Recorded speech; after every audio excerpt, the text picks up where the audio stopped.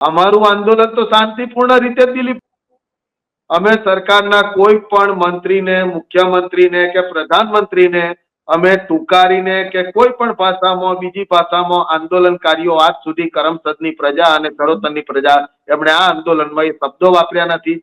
ક્યાંય તમે જુઓ કે કાંકરી ચારો બી શુદ્ધ છે. અરે હું તો કાંકરી ચારાની વાત નહીં, આખા ચરોતર આખા ગુજરાતમાંથી વિરોધમાં, આ આંદોલનના વિરોધમાં કોઈ નેતાએ સ્ટેટમેન્ટ પણ આપ્યું નથી.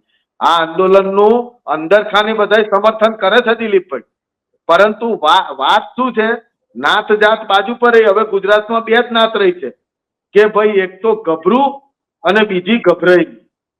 જેટલા ગભરું છે એટલા તો લોકો સરદારના આ સન્માનની લડતમાં ઉઘાડા આવવા જ મોડ્યા છે, પણ હું જેટલા ગભરાયેલા છે એમને પણ કહેવા માંગુ છું કે તમે ચિંતા ના કરશો, આ ગભરું લોકો જોડે તમે પણ જોડાઈ જાઓ.